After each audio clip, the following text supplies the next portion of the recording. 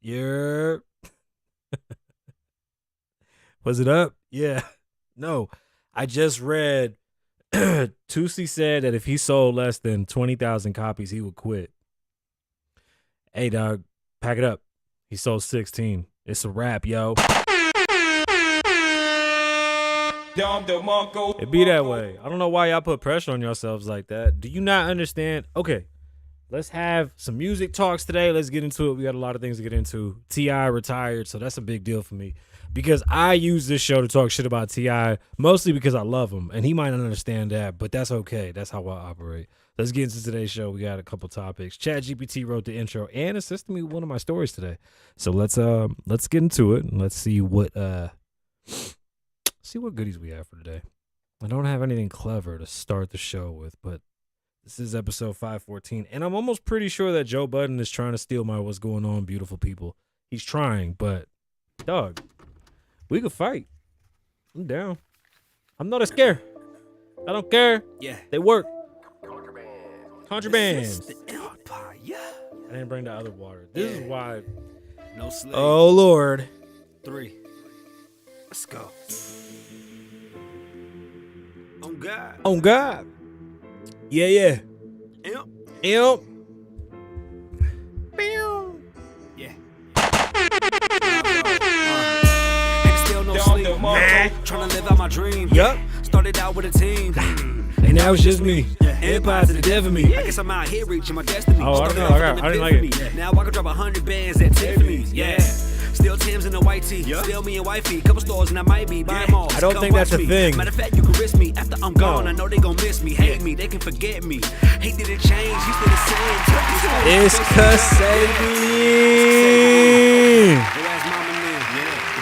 Kasabian Lavoe Show.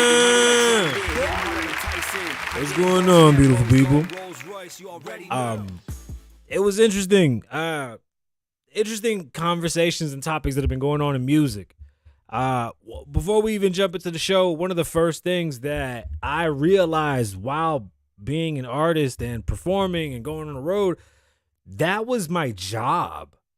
You think making music is hard. That's the fun part, right? That's the process of the creativity. That's the hanging out in the studio. That's all night coming up with it. You practice it. You fall in love with it. And then at some point, it becomes your job. I was doing shows with like rappers that I grew up with in the 90s, like Tone Loc, and I was doing all these weird like freestyle and new school, old school shows because I got on a corporate trip. Like I realized that I got paid for working corporate gigs here in Vegas. So I would perform and shake my ass on stage and rap and get paid by all the big companies, which was cool. Right. But I realized that I had to shake ass for all these people just to be seen. Very difficult to accept the older I got.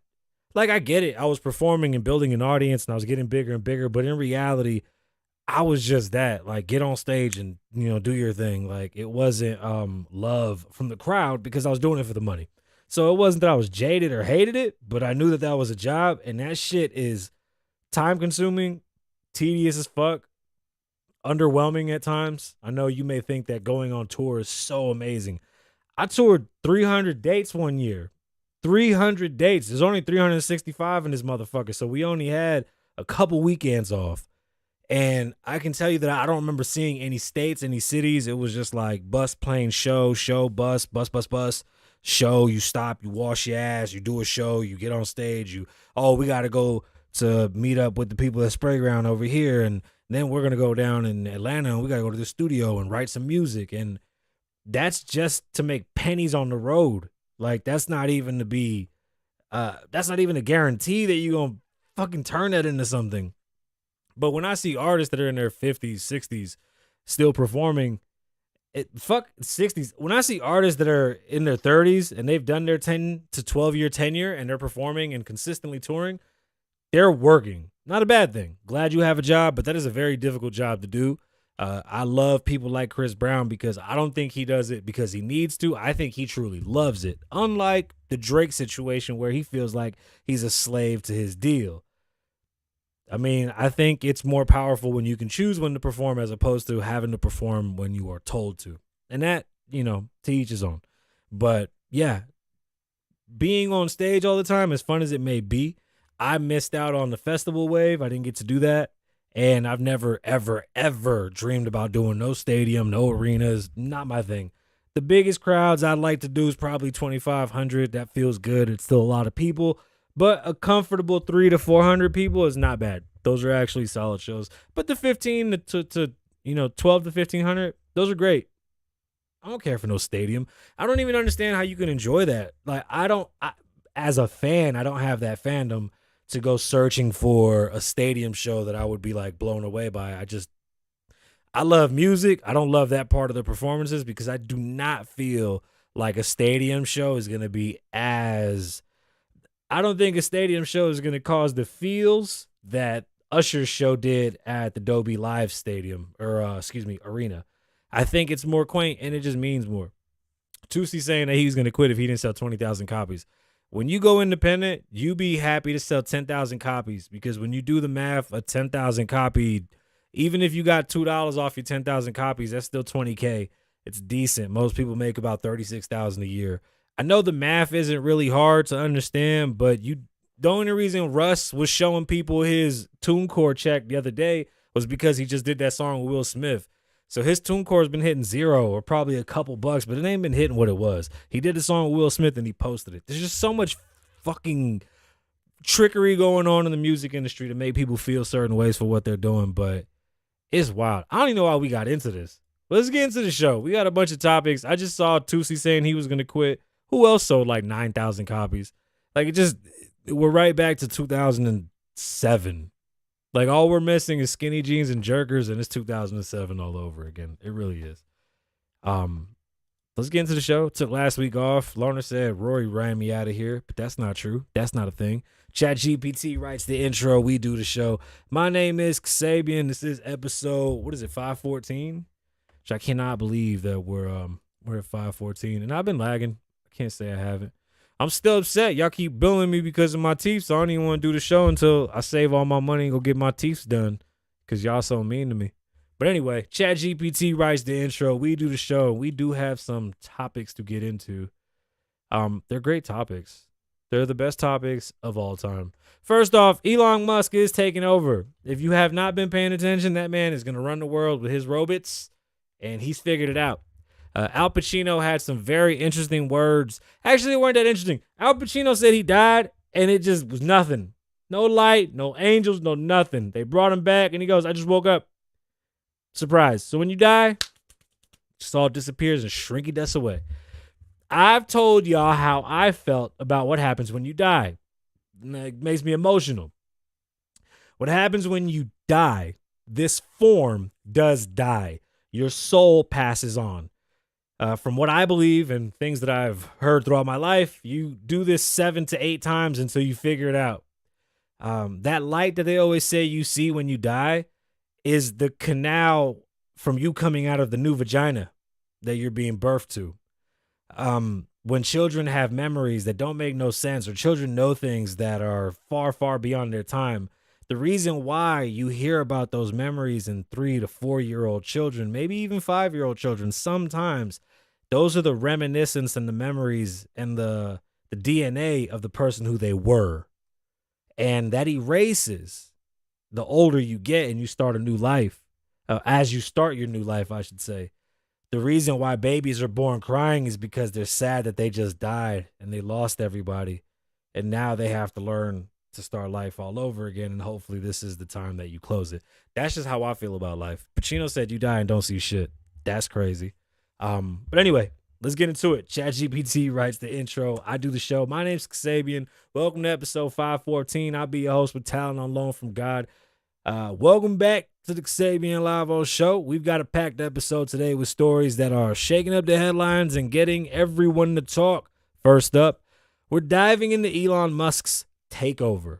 This is literally everything he's always said he wanted to do. The guy puts it on paper and gets it done. My favorite African-American. Elon Musk's takeover is something that should be honestly, we should just sit there and look at it in awe because this is not happening anywhere else in the world. It isn't. It's just here in America. And what does this mean for tech? Is there anything else left for him to do? Then, Hollywood legend Al Pacino had his near-death experience and got fans all around the world worried. Well, let's talk about his close, and we did, but we may jump into it later. I don't want to talk about life and death. Next, we'll say farewell to Atlanta's very own The King. Salute, sir, T.I.E. as he stepped, T.I.E., T.I.P., pause, as he steps away from the rap game after a legendary career. Is this really the end or just the new beginning of a chapter? And as we edge onto the holiday season, we cannot forget the spirit of Christmas. Now, I know you may be thinking, Kasabian, don't you mean the spirit of Halloween? Well, here's the remix. This might even be an extended version. Let's really get people into the festive mood and let's show them this new store. Fuck, it's not coming to Vegas, so I'm a little upset, but I promise you that if I can provide them a location, bring it, spirit of Christmas to Vegas, please. Switching gears in real estate, we're asking a real tough question. Now, real estate has changed. People are starting to now go about purchasing homes differently due to the lawsuit with the National Realtors Association. Kind of one of the reasons why, honestly, I walked away from being a realtor, because I realized that I didn't need to be a realtor to sell homes, make money in real estate, and actually have a career in real estate. Switching gears into real estate, we're going to ask a tough questions. With the market changes, do we still need buyer agents, or are they on the way out? And speaking of unexpected, the Sahara Desert is flooded. Yeah, the Sahara Desert, it looks like a movie right now. It's pretty awesome. And finally, there's a case that I've been watching on TikTok, and I feel like I'm so involved. It's the case of an Akron man, Quentin Nixon. And if you haven't heard of this case, it's on TikTok. We're going to go over it. I'm going to give y'all some highlights, and we're going to talk about what's going on. I'm so intrigued with this Quentin Nixon story that I've just been hooked every day. But again, let's get into it. As I said earlier, the idea that Al Pacino said he died and nothing happened is scary, but it might be true. Maybe he's done. He's had a very successful and accomplishing life. So maybe his 8 lives or 7 lives have been accomplished. Like maybe he's finally come to the end. The reason why we die and come back is because we get chances to redo it. We're probably not good. I don't think this is the life I was supposed to have where I win. This is the life where I lose a whole shitload. Speaking of, I'm obsessed with my ChatGPT agent, especially when I have ideas, because this has been the strongest tool for me when my brain starts to do this right now. Remind me to work on...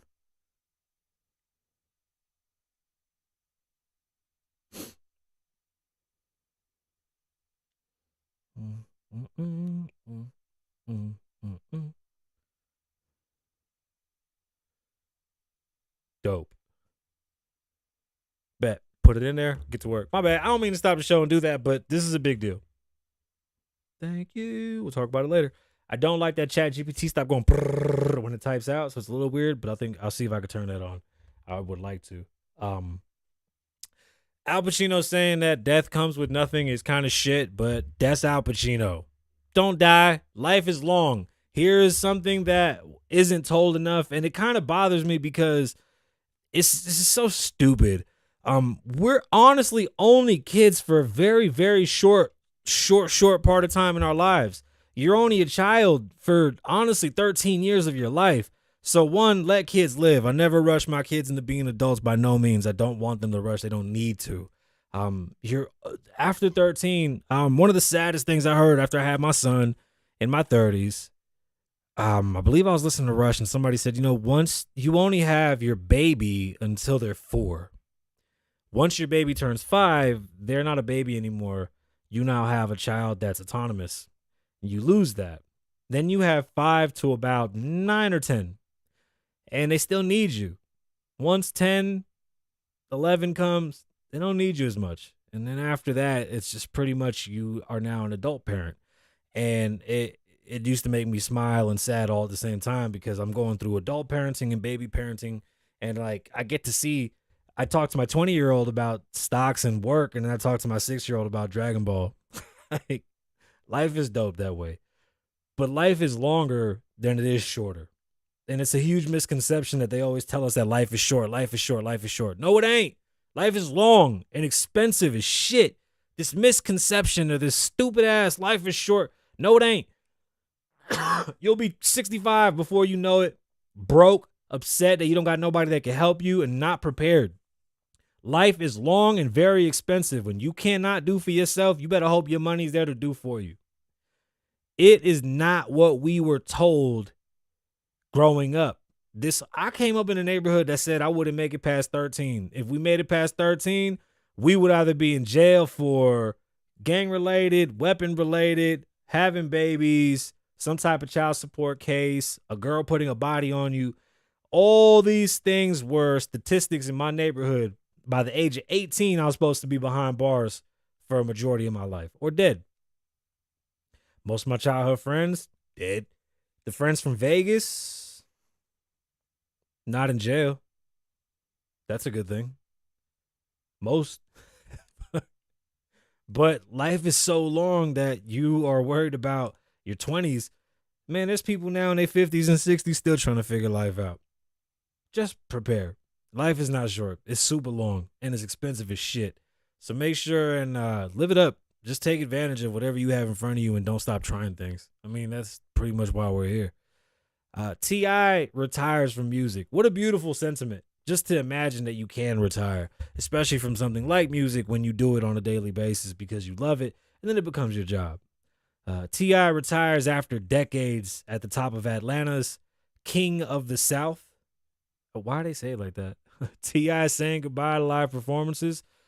But why now and what's next for the hip-hop legend? We'll dive into his final bow and what does this mean for his legacy? Recently, T.I. and Tiny were a part of a lawsuit in which it made them $70 million plus. The OMG girls copied their band, literally copied their band. So they sued them and they won. And T.I. has now retired. Even if him and Tiny split that in half and pay their attorneys a percentage, let's just say they made 30 apiece, 25 each. It's enough. That's what I want. That would make me walk away. 25 is life changing. 25 is all you need from me. I think 25 I'll be 20, 25. I'll be happy with it. Stories out of USA Today. T.I. will be capping off this year with his final bow. The Grammy-winning rapper revealed he's retiring from live performances during an interview with Atlanta radio station 96.1 The Beat on Thursday. T.I. is slated to appear at the station's Jingle Bell concert December 19th. I appreciate y'all for offering me my last working gig because I do not need the money anymore and I will not be performing, T.I. said. I do not want to do it anymore. I don't want people to pay me to hop around and sweat for their entertainment anymore. Congratulations. Not many people are able to walk away and live in that sentiment, in that fashion. You know what social media did that really fucked up a lot of rappers and entertainers in general? They put you on Front Street so much that you never get downtime, that you don't get to experience life in reality, especially when you have to keep up that fake look. And most of these guys end up working jobs at Amazon. That's what I'm saying, that life is long. Most rappers, they got to get jobs after this rap shit's over. So your local rapper and your local superstar might end up working a job and you can't look at them no type of way. It's just life. This shit is difficult to maintain. And there's only 17 famous people at a time anyway. I don't know where that came from, but I never forget it. The spirit of Christmas. Well, Halloween sales are down. And with inflation hitting hard, the spirit of Halloween is already looking like the next big holiday. But could this year be Christmas' biggest year? I don't know why they feel this way, but this is kind of awesome to think. With what is Beast Spirit's New Frontier? That's just weird. Here's how they plan to turn spooky into jolly. Now, if you don't know, anytime there's an empty space, you'll see a spirit of Halloween. The spirit of Christmas is something new that we haven't seen, but because sales are low in Halloween, or lower this year and expected to be lower this year, they're banking on Christmas. Stories out of Business Insider. Halloween shoppers are tightening their wallets this year, but this season's biggest retailer is eyeing America's next big holiday, Christmas. As inflation squeezes budgets, spending for Halloween is expected to drop by 5% to $11.6 billion from 2023's all-time high per the National Retail Federation. As consumers are forecasted to spend less on Halloween, spooky season retail giant Spirit Halloween is seeking to capture a slice of a much larger Christmas market. Core realtor sales in the U.S. holiday period hit more than $960 billion last year, per Census Bureau data cited by the NRF. Spirit of Halloween CEO Steve Sterling, it's close enough, said on Wednesday that the company, which has 1,500 Halloween locations, is opening Spirit of Christmas stores. The company's winter holiday extension will have 10 locations across the Northeast. If you're in the Northeast, take pictures and send me everything that you find. I want to know what's going on. Just tell me everything. I just want to know. I want to know what they're selling at the Spirit of Christmas. As real estate changes in front of our very eyes, when I was an agent, I learned, one, if I was a seller's agent, I had to help a buyer who did not have an agent. Two, anybody I spoke to was my client. When you talk to people, immediately a contract just floats up in the air and they sign it with their kid's blood and they belong to me anytime I talk to somebody. So keep that in mind. But if I'm selling a house and a person is not represented, I must now represent them, disclose it to both the buyer and seller, negotiate, and then do both the paperwork for little to no commission, or if you negotiate the commission with the seller, you would get paid from that.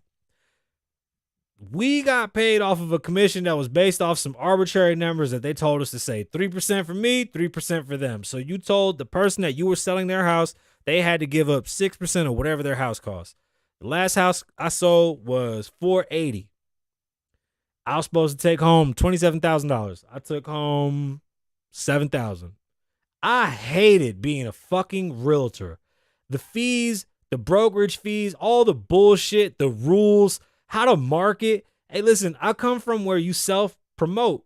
When the brokerage tells you have to put their name on everything, you can't post anything. Social media was new to real estate, so they were still making up the rules as we went. They were saying we had to use their video editors to post video. Are you fucking kidding me? I'm not using your garbage ass shitty software that you fucking made in some Berkshire lab just to say that it has to have the proper marketing or you can't post it. Bro, too much. You can sell a house without having a license. It's amazing how America works. You can buy a house without having a license.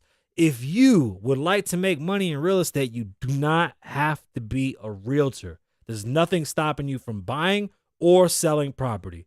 Being a realtor was a great and noble job at one point, but buying a house and selling a house has not changed in over 100 years, and we really don't need anybody in between. And yes, 6% does sound like a little bit, but we're talking about $30 to $40, even $60,000 of somebody's money that just gets split up. And honestly, it goes, a majority of that cut goes towards the brokerage, not the seller or the realtors that are involved. It's weird to be involved in something that's making so much money and not getting any of the money. My second deal that bothered me was a $50,000 condo that I sold. I turned it around in a week. I made $1,300 for selling a condo. It was $50,000, but still, like, I was so upset because the seller, I made him $30,000. He bought it for 20 and sold it for 50. He made 30. He paid his dues. He did great. Why was I doing all of his work? That's when I quit. I was like, I'm not doing this shit no more. I can go take $25,000, go buy a property, clean it up, sell it, and I can hire somebody and negotiate this rate.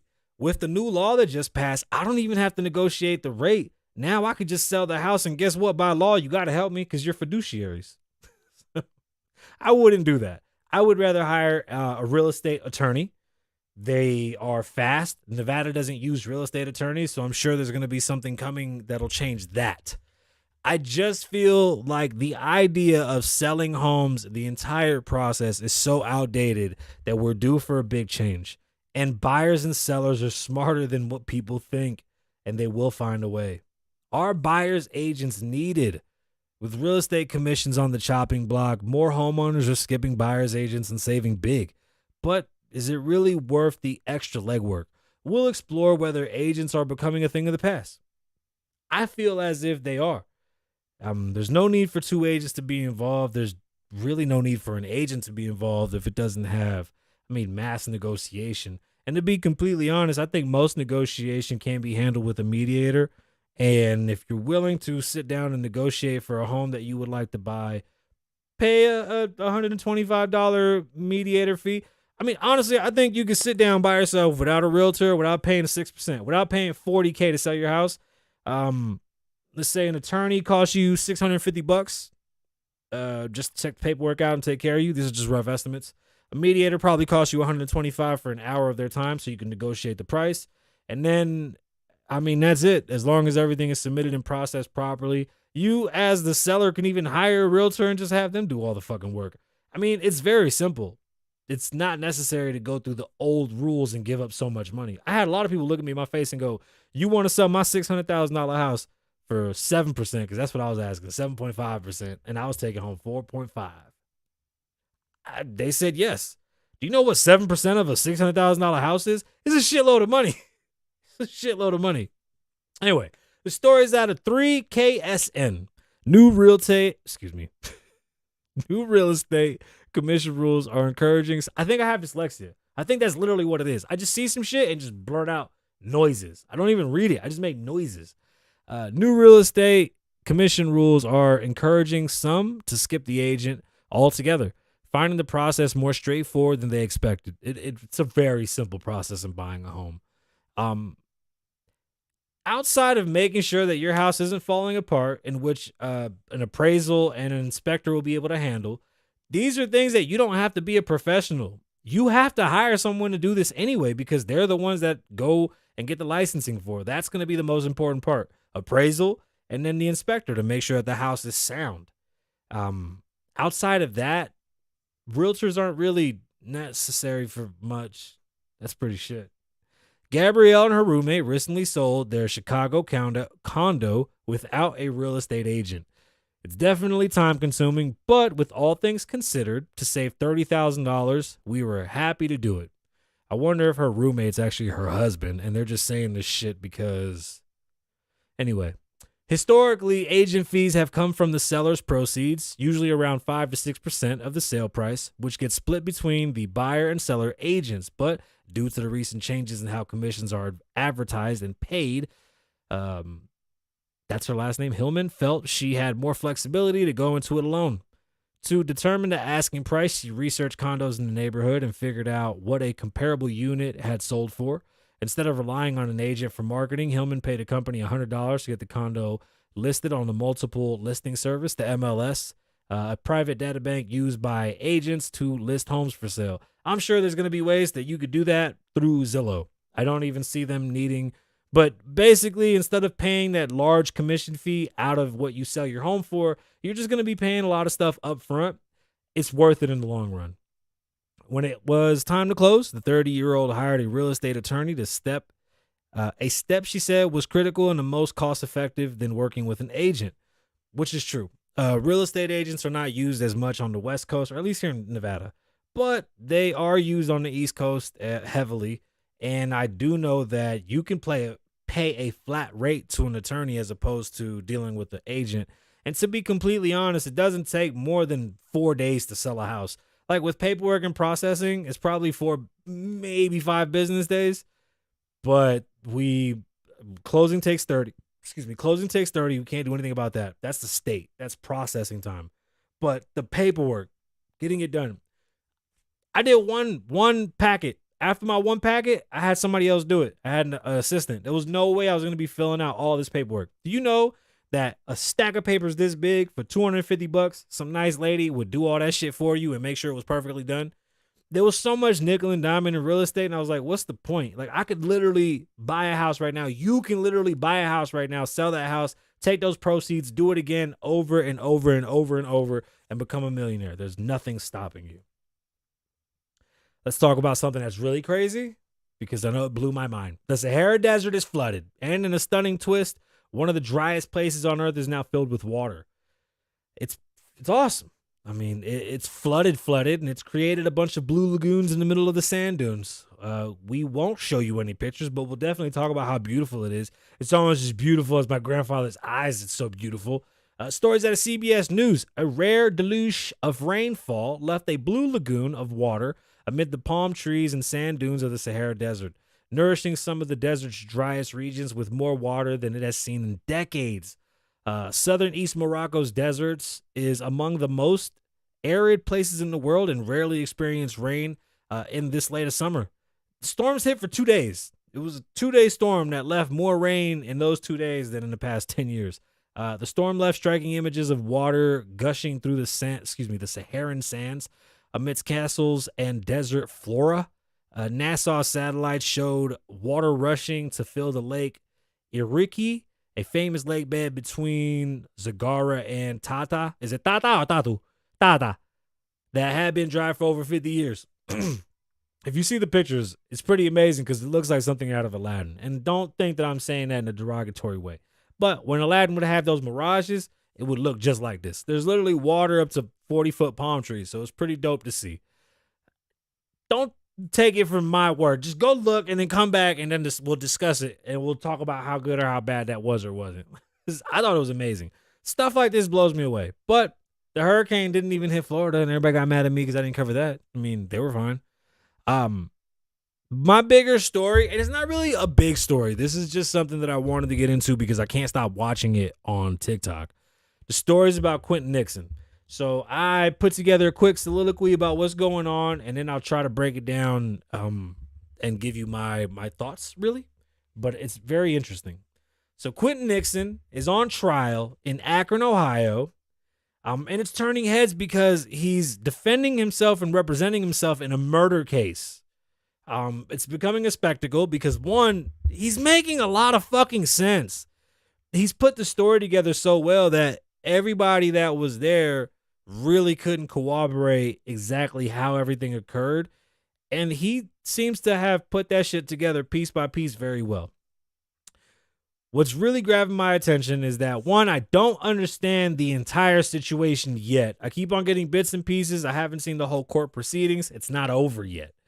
But the gist of it was Quentin Nixon goes to a home in which there's a couple of women, groups of men, some type of illegal activities were going on. Somebody was called a police. Now, where we're from, when you call somebody a police, that causes alarm bells. Quentin Nixon was being basically threatened with weapons in which he didn't have any, got into a scuffle over a weapon. As he got the weapon, he discharged the weapon 3 times, bang, bang, bang, off the ground. He's on the floor standing up, boom, boom, boom, shoots it 3 times, hits a young lady, deceases the young lady, and then continues to wrestle and was held at gunpoint until the police came. There's so many holes in the story.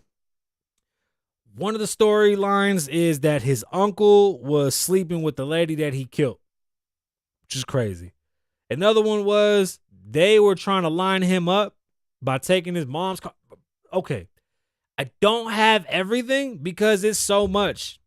It was so much. When I got to day 3, it really broke my brain because he's cross-examining, first off, the people that were in the house, which is, I've never seen that been done before. They're upset. They don't want to speak to him. They go back and forth and they argue about, what happened that night. But Quentin's story is pretty tight. It's not, there's no holes in his story. What's confusing is how he knows these people, why he was there, and like the purpose that I haven't gathered. So when we figure out exactly what the purpose of him being there was for, I would love to bring that to you.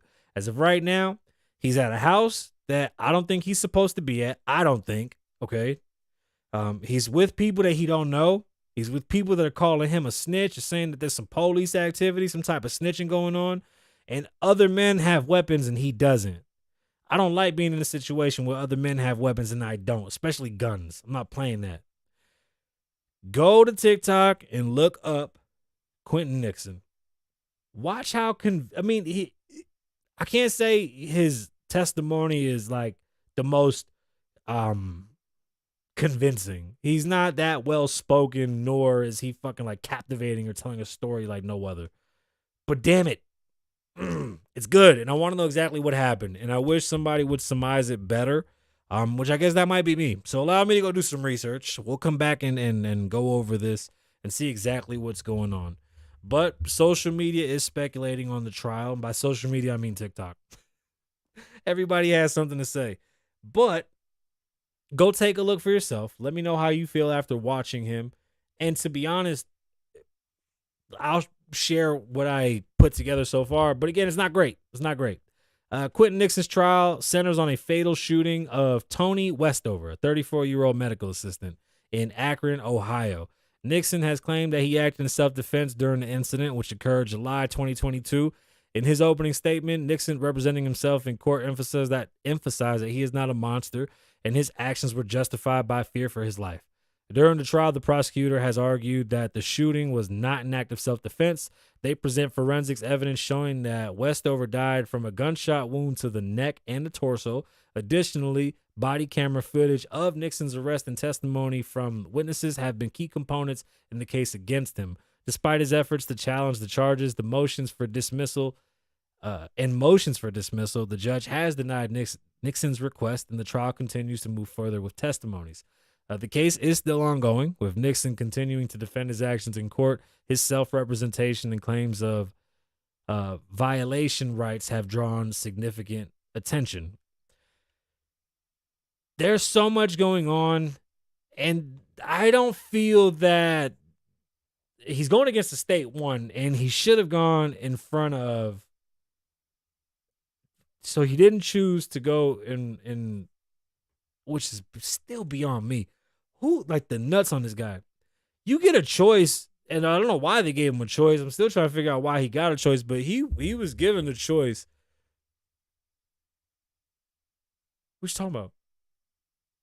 Older than Ish? Where? Where I look older than Ish at?